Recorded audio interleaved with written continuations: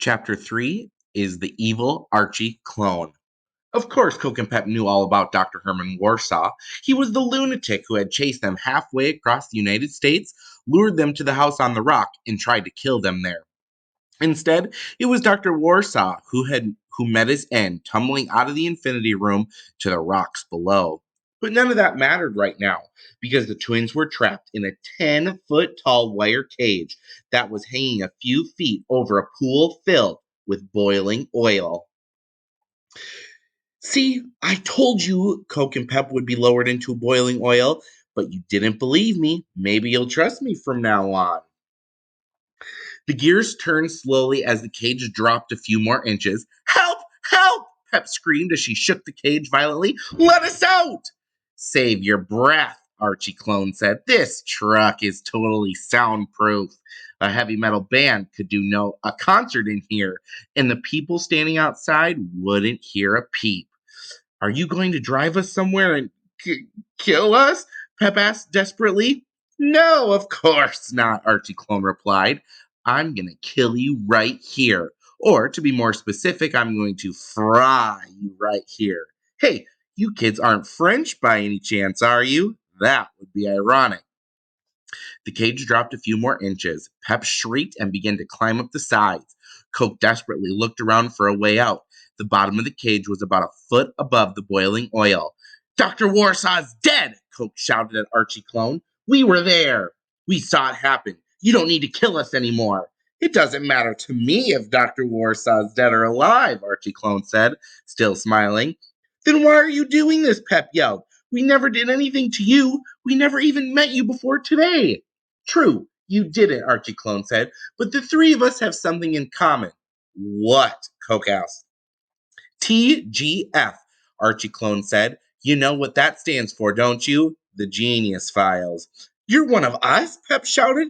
The cage dropped a few more inches, and she climbed higher. The top of the cage prevented her from climbing all the way out. That's right, Archie Clone said calmly, and soon I'll be the only one of us.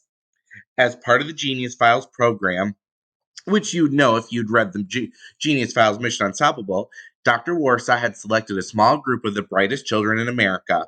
One of these kids might be sitting next to you right now as you read this book. These gifted and talented kids were identified using standardized testing in schools all over the country. Coke and Pep were singled out. They hadn't met any of the other kids in the program until now. The cage dropped a few more inches, so the bottom of it was now being below the level of the boiling oil. Pep screamed. Coke followed his sister's lead, climbing up the wire to avoid the bubbling oil. So your plan is to kill all the Genius Files kids? Coke asked. That's right. Why? Coke asked. Why? What could that possibly accomplish? Stop talking with him, Pep screamed at her brother. Find a way to get us out of here. Oh, hush, Pep, said Archie Clone. There's no way out. I'm sure they told you when you joined the Genius Files that you would get $1 million when you turned 21 years old, right? Yeah, so, said Coke. What they didn't tell you is that it's not $1 million for each of us. It's $1 million for all of us. We'll split it evenly. So let's say there are 1,000 kids who are members of the Genius Files. Do you know what $1 million divided by 1,000 works out to? Pep moved the decimal point in her head. $1,000, she said. That's right, Archie Clone said. You are pretty smart. Now, I don't know about you two, but I'm not going to put my life on the line for lousy $1,000 when I turn 21. So the more Genius Files kids who die before they reach 21, the more money each survivor gets, Coke reasoned. Hey, you're catching on, big guy, said Archie Clone. And if I happen to be the only survivor, well, it doesn't take a genius to figure out what happens. You get all the money, Pep shouted. You're evil. He's also insane, Coke added. Insane, Archie Clone said, laughing. Your mother drove halfway across the country to visit a mustard museum, and I'm the crazy one? How did you know about that? Pep demanded. Oh, I know all about you two, Archie Clone said, smiling. I do my homework, like a good boy. How many other Genius Files kids are still alive? Coke asked. How many have you killed? That's none of your concern, Archie Clone said. The cage lowered a few more inches and Pep screamed again. The twins pressed themselves tightly against the top. Do something, Coke, Pep shouted. What do you want me to do? He yelled back at her. Why don't you figure something out for a change? I don't want to come inside. I didn't want to come inside this stupid truck in the first place, she said angrily. I knew this was going to be trouble. You told me to relax and have fun. I did not. I wish you two would stop bickering, Archie Clone said. It's giving me a headache. Just think of this as a ride, like at a theme park. Except that at the end, you don't get ice cream or cotton candy. You die. He's he cackled an evil laugh that if he had heard it in the movies. Let us out, Pep begged as the boiling oil rose inside the cage. Oh, what are you complaining about? Archie Clone said. The admission was free. Ha ha! So put a smile on. You're sick, dude, Coke said. You know that? Genius and insanity go hand in hand. You should get help.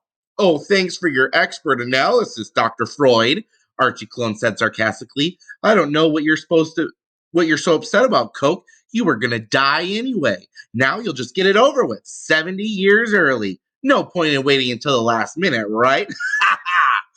My sneakers are heating up, Pep yelled. I can't feel it. I can't feel it. The greasy oil was smoking and spitting as it rose, splattering the twins. Don't worry, Archie Clone called out. I don't use any trans fats. You'll be dead soon, but at least you'll die with low cholesterol. Ha ha! You'll never get away with this, Coke told him. The police will be here any second. You're right about that, Archie Clone said. I must be going. It wouldn't look good if I was here when the police find your deep fried bodies. I hate you, Pep shouted. Archie Clone ignored her and pushed a button on the remote control, which caused a trap door to open in the floor about 10 feet behind him. Have a nice life. What's left of it, he said as he lowered himself through the hole. Ha ha! I'm loving it. Archie Clone jumped down through the hole and the trap door shut over him. This was bad. The one person who could save them, who happened to also be the one person who was trying to kill them, was gone. The cage continued to lower itself into the oil. Now it was inches from their bottoms as they clung to the top of the cage.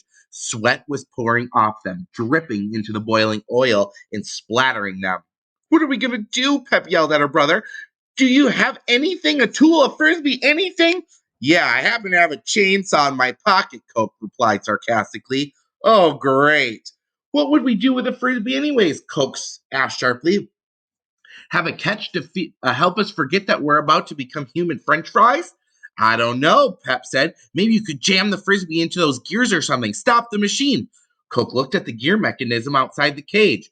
It was about 2 feet away, turning slowly. He could reach it, but that wouldn't do any good unless he was willing to give up a few fingers for the cause. But then he got an idea. Give me your cheese head, he barked. What for? Just give it to me. Coke grabbed the foam cheese head off Pep's head and carefully climbed over his sister to the part of the cage that was closest to the gear mechanism. The cheese head was a little bit too big to fit through the openings in the cage, but it was spongy enough so Coke could squeeze it between the bars. Be careful, Pep said. Hold on tight, Coke ordered her. He reached he reached his right arm outside the cage and extended the cheese head toward the turning gears. Then he pushed the corner of the cheese head right between the two gears. The gears bit into the cheese head, ripping at the yellow foam. For a moment, it looked like the gears would simply chew the cheese head to tiny pieces without slowing down the mechanism. But then there was a groaning noise, a lurch, and the gears stopped turning. They had literally bitten off more than they could chew. It stopped! Pep shouted gleefully. We're saved! Not yet, Coke said. He still had to climb over to the other side of the cage and open the hatch that was holding the top on. After struggling for a few minutes and nearly falling into the boiling oil below, Coke managed to force open the latch and push up the top of the cage. He climbed out and then extended a hand down to pull his sister up after him. They jumped off the top and landed on the floor without getting hurt. The cage was almost completely submerged in oil. Let's get out of here, Coke said. Moments after they pushed open a door and ran out of the truck, Coke and Pep spotted their parents in the parking lot, walking excitedly back to the RV. Oh, you kids missed something great, Dr. McDonald told them. You should have seen it, said Mrs. McDonald. We found the shoe store. This guy, Robert Waldo, was 8 feet 11 inches tall. His foot was enormous. It was 3 feet long. Imagine that. A foot was 3 feet. Just amazing. How was the virtual French fry demonstration? Asked Dr. McDonald. Very exciting, Coke said honestly. Yeah, we really got to feel what it must be like to be a French fry, said Pep. Where's your cheese head? Mrs. McDonald asked her. Lost it, she replied. It was true, technically. I paid $14.99 for that cheesehead, Dr. McDonald complained, his voice rising. Don't be mad, Ben, his wife said. It's their birthday. Oh, you're right, he said with a sigh. It's hard to be mad at somebody on their birthday. All Pep did was lose her silly cheesehead. It wasn't like she murdered anybody or anything. Hey, how about we go to McDonald's for dinner? Asked Mrs. McDonald. I bet you're really in the mood for French fries after seeing that demonstration, huh? The twins looked at each other. We're not hungry, they said simultaneously.